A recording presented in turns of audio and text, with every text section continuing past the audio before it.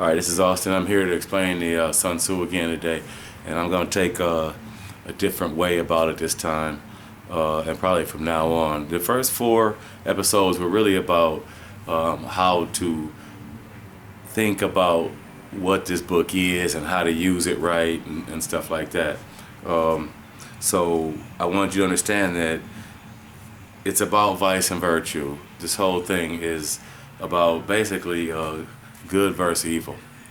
All right, and used correctly, it's about how to overcome corruptness or evil or things that are bad, and not necessarily people. Could be events, inanimate objects. So anything that's bad, any type of hardship, obstacle,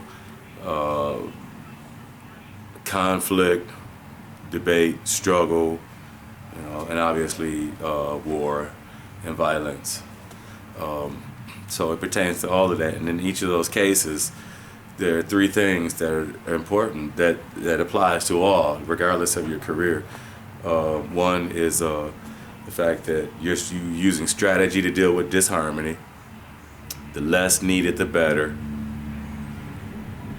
And knowledge of the problem is the key to the solution.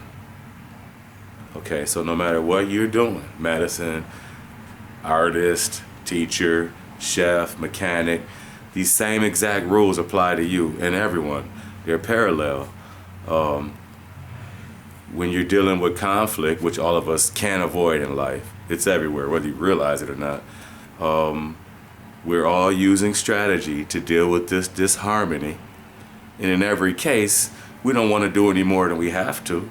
So the less needed, the better. People say less is more. That is not true. I mean, it may be in some cases, right? But it surely doesn't apply to everything, right? Less is more. So less money is more? That makes no sense, right? Now, less is more. All right, when you want to get rid of your cancer, all right, less is more. All right, so that depends. But when you're talking about strategy, it's always the less needed, the better, right? So if a doctor can prevent cancer, that's much better than a doctor that can't see it until you need chemotherapy, right? So that proves the better doctor. And that's the essence of the art of war, is to stop problems before they even form. Somebody who's good can see it before anybody else because they're good at what they do. So they see problems arise, and the mechanic can look at a car and be like, you know what, you keep driving on that, this is gonna go wrong. Average person can't do that, right? And that's why I'm jumping chapter 7. I'm gonna jump around now. Chapter 7, armed struggle. Nothing is harder than armed struggle. To fight people face to face over advantages is the hardest thing in the world, right? Therefore, armed struggle is dangerous and is profitable. For the skilled, it's profitable. For the unskilled, it's dangerous. You see? So now going back to the doctors, the better doctor obviously gets paid, should get paid more. I mean, we're talking about the business aspect of being a doctor, and that's a whole nother subject too. But all things equal, which it never is, but all things equal, the better doctor's gonna make more money, right? Unfortunately, unless that doctor does some promotion, less people will even understand that he's a better doctor because he's preventing danger before it happens. And people say, well, I'm just a healthy person, I don't get sick, right? Unless they somehow can make the connection that no, it's because of this doctor. He or she said, don't eat this, exercise like that, stay off this.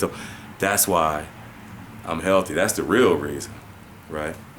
So what I'm gonna do is, for the most part, I'm gonna jump around the book. And because there is no order, there is no sequence, there is no 1, number 2, number 3, follow this sequence, or this is connected to that. No, really, you have to know the whole book because it all takes place at the same time. It's takes place in the present. It's all those things, all the things in this book have to be considered, right? So you can't do that if you don't know all the things in the book. And then on top of that, just knowing it is not enough. You have to practice it so that it becomes second nature, right? This book is about being spontaneous. If you see in a karate movie, the guy doesn't say, hold on, let me go over here and learn this move. Oh yeah, all right, let's do it again. Either you know it or you don't. When you know it well, you're spontaneous, so you can react spontaneously because you know your craft so well, right? So the key is to practice. And so that's why I'm going to jump all around the book constantly, because I'm just building your understanding, right? Remember, we solve conflict through our understanding of the physics, politics, and psychology of conflict. And I'm always going to come back to that. That's in the beginning of the book too, right? So I think that's enough for today. I'm showing you how I'm just going to touch on different parts of the book. I brought the introduction a little bit together with how I'm going to be moving across different proverbs. I'm going to move all over the book. I'm going to be more on proverbs, but I'm always going to touch base to the introduction to give you the right focus on how to use the book still, but I'll just be touching on it.